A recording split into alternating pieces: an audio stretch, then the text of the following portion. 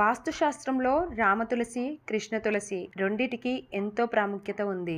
వీటిలో ఏది మంచిది అంటే రెండు గొప్పవైనని వాస్తు పండితులు చెబుతున్నారు. హిందూ సాంప్రదాయాల్లో తులసి మొక్క ఎంతో గౌరవంగా భావిస్తారు. పరమ పవిత్రంగా కొలుస్తారు. తులసి మొక్కకు నిత్యం పూజించి దీపాలు వెలిగిస్తే ఇంట్లో ఎప్పుడు సుఖశాంతులు ఉంటాయని చాలా మంది నమ్ముతారు. తులసి మొక్క ఉండే ఇంట్లో లక్ష్మీదేవత నివసిస్తుందని విశ్వసిస్తారు. వాస్తు శాస్త్రంలో తులసి మొక్కను సానుకూల శక్తికి కారకంగా పరిగణిస్తారు. ఆ మొక్కను ఏ దిశలో ఉంచితే సానుకూల ప్రయోజనాలు కలుగుతాయో వివరించారు. అయితే తులసి మొక్కలో ఎన్నో రకాలు ఉన్నాయి.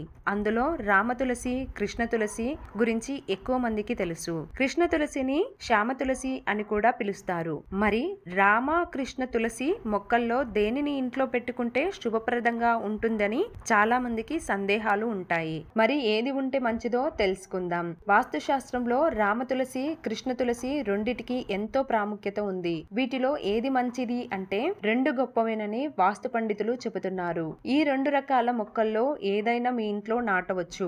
దేనికైనా పూజలు చేయవచ్చు. తులసి మొక్క ఇంట్లో ఉంటే ఆ ఇంట్లో సానుకూల శక్తి ఉంటుంది. తద్వారా కుటుంబంలో సుఖ సంతోషాలు వెల్లివిరుస్తాయి. వాస్తు శాస్త్రం ప్రకారం కార్తీక మాసంలోని ఏదైనా గురువారం రోజు ఇంట్లో రామ లేదా శ్యామ తులసి మొక్కను పెట్టుకుంటే ఎంతో శుభప్రదంగా ఉంటుంది. రామ తులసి మొక్క పచ్చని ఆకులను కలిగి ఉంటుంది. కాండం కూడా పచ్చగా ఉంటుంది. మంచి సువాసన వస్తుంది. దీని ఉజ్వల్ తులసి అని కూడా అంటారు. రామ తులసి ఆకులను పూజలో కూడా ఉపయోగిస్తారు. దీని ఆకులు కాస్త తీయగా ఉంటాయి. రామ తులసి ఆరోగ్యానికి కూడా ఎంతో మేలు చేస్తుంది. కృష్ణ తులసిలో ఔషధ గుణాలు ఎక్కువ.